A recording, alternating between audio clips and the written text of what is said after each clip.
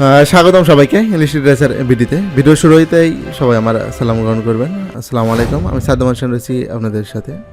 আমি যে সকল ভিডিও ছাড়ছি, আমার ভিডিওতে বেশিরভাগ যেই কমেন্টটা আসতেছে যে স্যার 19তম নিবন্ধন সার্কুলার কবে প্রকাশিত হবে, আর এই 19তম নিবন্ধন সার্কুলার প্রকাশ হতে এত সময় লাগছে, এর কারণটা কি? তো তাদের উদ্দেশ্যে আজকের এই ভিডিওটি। আজকের এই ভিডিওর মাধ্যমে আপনি জানতে পারবেন যে 19তম নিবন্ধন সার্কুলার কবে প্রকাশিত হবে এবং 19তম নিবন্ধন সার্কুলার প্রকাশ হতে দেরি হচ্ছে কেন। তো সম্পূর্ণ ভিডিওটি না টেনে মনোযোগ সহকারে দেখুন, তাহলে এই প্রশ্নের উত্তর আপনি পেয়ে যাবেন। তো এনটিআরসিএ মূলত যখন একটা নিবন্ধন পরীক্ষার কার্যক্রম চালু করে, অর্থাৎ তাদের ভাইবা শেষ হওয়ার ঠিক 1 থেকে 1.5 মাস আগেই অন্য একটা নিয়োগ বিজ্ঞপ্তিতে তারা কিন্তু প্রকাশ করে, অর্থাৎ পরবর্তী যে নিয়োগ বিজ্ঞপ্তিটা রয়েছে সেই নিয়োগ বিজ্ঞপ্তিটা তারা প্রকাশ করে। কিন্তু এখানে দেখা যাচ্ছে যে 18তম নিবন্ধন পরীক্ষার্থীদের যে ভাইবা কার্যক্রম অলরেডি শেষ হয়ে গিয়েছে এবং কিছুদিনের মধ্যেই 6ষ্ঠ গণবিজ্ঞপ্তি প্রকাশ হবে, কিন্তু এনটিআরসি তাদের পরবর্তী যেই নিবন্ধন সার্কুলার অর্থাৎ 19তম নিবন্ধন সার্কুলার এখন পর্যন্ত তারা প্রকাশ করে নাই। তাহলে এই নিবন্ধন সার্কুলার প্রকাশ করতে যে দেরি হচ্ছে, এই দেরি হওয়ার পিছনে অবশ্যই কোনো না কোনো কারণ রয়েছে, যার কারণে এনটিআরসি তাদের নিবন্ধন সার্কুলার প্রকাশ করে নাই। তো আমি আজকে কী কারণে এনটিআরসি তাদের 19তম নিবন্ধন সার্কুলার প্রকাশ করতেছে না সেই বিষয়টা নিয়েই আলোচনা করব। তো প্রথমেই আসি যে প্রথম যে প্রশ্নটা ছিল যে 19তম নিবন্ধন সার্কুলারটা কবে নাগাদ প্রকাশিত হবে। তো আপনাদের সকলের উদ্দেশ্যে বলি, সেটা হচ্ছে 19তম নিবন্ধন সার্কুলার প্রকাশের সময় খুব ঘনিয়ে এসেছে, আর কিছুদিনের মধ্যেই 19তম নিবন্ধন সার্কুলার প্রকাশ হবে। অলরেডি কিন্তু জুন মাস শেষের দিকে চলে যাচ্ছে। তো জুন মাস শেষ হলেই আগামী জুলাই মাসে আপনারা 100% 19তম নিবন্ধন সার্কুলার পেয়ে যাচ্ছেন। তাহলে এটুকু নিশ্চিত থাকেন, জুলাই মাসে আপনারা 100% 19তম নিবন্ধন সার্কুলার পেয়ে যাবেন। এখন আসি যে এই 19তম নিবন্ধন সার্কুলার প্রকাশ করতে এনটিআরসি কেন দেরি করতেছে। তো এনটিআরসি যে 19তম নিবন্ধন সার্কুলার প্রকাশ করতেছে না, এই প্রকাশ না করার পিছনের যেই গল্প বা ইতিহাস, সেই বিষয়টা হলো যে এনটিআরসি এই 19তম নিবন্ধন সার্কুলার থেকে দুটি ভিন্ন নিয়ম চালু করতেছে বা তাদের দুইটা নীতি পরিবর্তন করতে যাচ্ছে, যার কারণে এনটিআরসি এর এই 19তম নিবন্ধন সার্কুলার প্রকাশ করতে দেরি হচ্ছে। কারণ এ যাবৎ এনটিআরসি তাদের 18টা নিয়োগ মানে প্রক্রিয়া সম্পূর্ণ করেছে বা 18তম শেষ হলেই করতে চলেছে আর কি। তো এখানে দেখা যাচ্ছে যে একটা নিয়োগ প্রক্রিয়া শেষ করতে, শুরু থেকে শেষ করতে প্রায় 2 থেকে 2.5 বছর সময় লেগে যাচ্ছে। এখানে হচ্ছে কি, অনেক প্রার্থী আছে যারা দেখাচ্ছে তাদের বয়স 33 বছর, তারা 33 বছর আবেদন করতেছে, কিন্তু এই 33 বছরে আবেদন করেও তারা কিন্তু গণবিজ্ঞপ্তিতে আবেদন করতে পারে না। যদিও এনটিআরসি এর নিয়োগ বিধিতে রয়েছে যে 35 বছর পর্যন্ত একজন প্রার্থী বা একজন ক্যান্ডিডেট আবেদন করতে পারবে, কিন্তু 33 আবেদনের করেও সে কিন্তু গণবিজ্ঞপ্তিতে আবেদন করতে পারে না। বা 3টা ধাপ, এত ক্যান্ডিডেটকে পিছনে ফেলে 3টা ধাপ, প্রিলি, রিটেন, ভাইবা পাস করে সার্টিফিকেট পায়, অথচ চাকরি পায় না। তো এইটা মানে খুবই একটা নেক্কারজনক একটা ঘটনা বা কাহিনী। আর এই কারণে দেখা যাচ্ছে কী হয়, এই প্রার্থীগুলা শেষে যখন চাকরি পায় না, তখন এনটিআরসি এর যে দরজায় গিয়ে তখন ঠকঠকায়, কারণ তারা তো মানে হতাশ হয়ে যায় বা তাদের আসলে কিছু করার থাকে না যে আমরা এত পরিশ্রম করি, এত কষ্ট করি, এত দূর আসলাম, অথচ এনটিআরসি আমাদের চাকরি দিচ্ছে না। এখন তাদের দুয়ারে এই ঠোকরানো ছাড়া আর কোনো মানে কাজ তাদের থাকে না। তারা নিরুপায় হয়ে এনটিআরসি এর দরজায় গিয়ে তখন তারা মাথা চাপড়ায়। আর এনটিআরসি দেখে যে এই ঘটনার কারণে তাদের অনেক ধরনের বিড়ম্বনায় পড়তে হচ্ছে বা বিভিন্ন ধরনের আন্দোলনের সম্মুখীন হতে হচ্ছে, এবং এনটিআরসি মানে সাধারণ প্রার্থীদের কাছে মানে প্রশ্নবিদ্ধ হয়ে যাচ্ছে।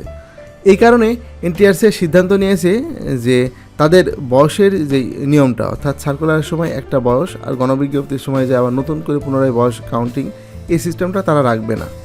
তারা সার্কুলারে যে বয়সটা উল্লেখ করবে সেই বয়স থেকেই তাদের ফাইনালি বয়স অর্থাৎ গণবিজ্ঞপ্তির বয়সটা ওখান থেকেই কাউন্ট হবে, অর্থাৎ গণবিজ্ঞপ্তির সময় আলাদা আর কোনো বয়স কাউন্ট করা হবে না। তো এই নিয়মে তারা ফিরতে যাচ্ছে, এই হচ্ছে মূলত একটা কারণ।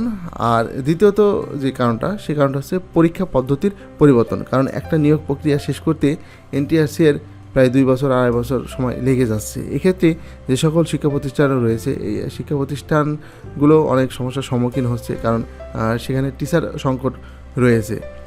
আর যেসব প্রার্থী বা ক্যান্ডিডেট পরীক্ষা দিচ্ছে তারাও নানানবিধ সমস্যায় পড়ে আছে। অর্থাৎ এখানে দেখা যাচ্ছে যে খাবারও আছে এবং ক্ষুধার্ত ব্যক্তিও আছে, কিন্তু এই ক্ষুধার্ত ব্যক্তি এখানে খাবার পৌঁছতেছে অথচ ক্ষুধার্ত ব্যক্তি খাবার পাচ্ছে না। বিষয়টা হচ্ছে এমন যে শিক্ষা প্রতিষ্ঠানে শূন্যপদ রয়েছে এবং শিক্ষকও রেডি আছে, কিন্তু এনটিআরসি তাদের নিয়োগ দিতে পারছে না। কারণ তাদের এই বাছাই করতে, এই পরীক্ষা শেষ করতে তাদের দীর্ঘ সময় লেগে যাচ্ছে। এই কারণে তারা চিন্তা ভাবনা করছে যে 3টা ধাপে পরীক্ষা নিতে গিয়ে যেহেতু দীর্ঘ সময় লাগতেছে, এক্ষেত্রে তারা 3টা ধাপে পরীক্ষা নেবে না, তারা পরীক্ষা নেবে হচ্ছে 2টা ধাপে। এতে হবে কি, পরীক্ষার সময়টা খুব কম হবে এবং মোটামুটি 1 বছরের মধ্যেই নিয়োগ প্রক্রিয়াটা তারা শেষ করতে পারবে, এরকম একটা সিদ্ধান্তে তারা যাচ্ছে। আর এনটিআরসি চাইলেই হঠাৎ নিজেই মানে ডিসিশন নিয়ে সেটা কিন্তু নিজেই পাশ করতে পারে না। এখানে যে কোনো নীতিমালা নির্ধারণের জন্য এনটিআরসিকে সুপারিশ পাঠাতে হচ্ছে জনপ্রশাসন মন্ত্রণালয় এবং আইন মন্ত্রণালয়, অর্থাৎ জনপ্রশাসন মন্ত্রণালয়ের অনুমতি নেওয়া লাগে এবং আইন মন্ত্রণালয়ের অনুমতি নেওয়া লাগে। এই 2 মন্ত্রণালয় যদি অনুমতি দেয় তবে এনটিআরসি সেই নীতিমালা পরিবর্তন করতে পারবে, এর আগে কিন্তু পারবে না।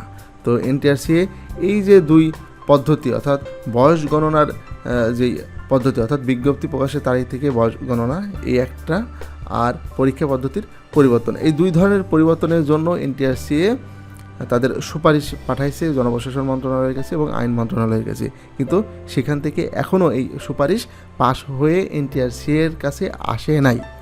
যেহেতু তারা পরবর্তী নিয়োগ বিজ্ঞপ্তি থেকেই, অর্থাৎ 19তম থেকেই এই 2 নিয়ম পরিবর্তন করে তারা নিয়োগ সার্কুলার প্রকাশ করবে এবং এই নিয়োগ পরিবর্তনের যেই অনুমতি সেটা যেহেতু এনটিআরসি এখন পর্যন্ত পায় নাই, যার কারণে 19তম সার্কুলার আসতে দেরি হচ্ছে।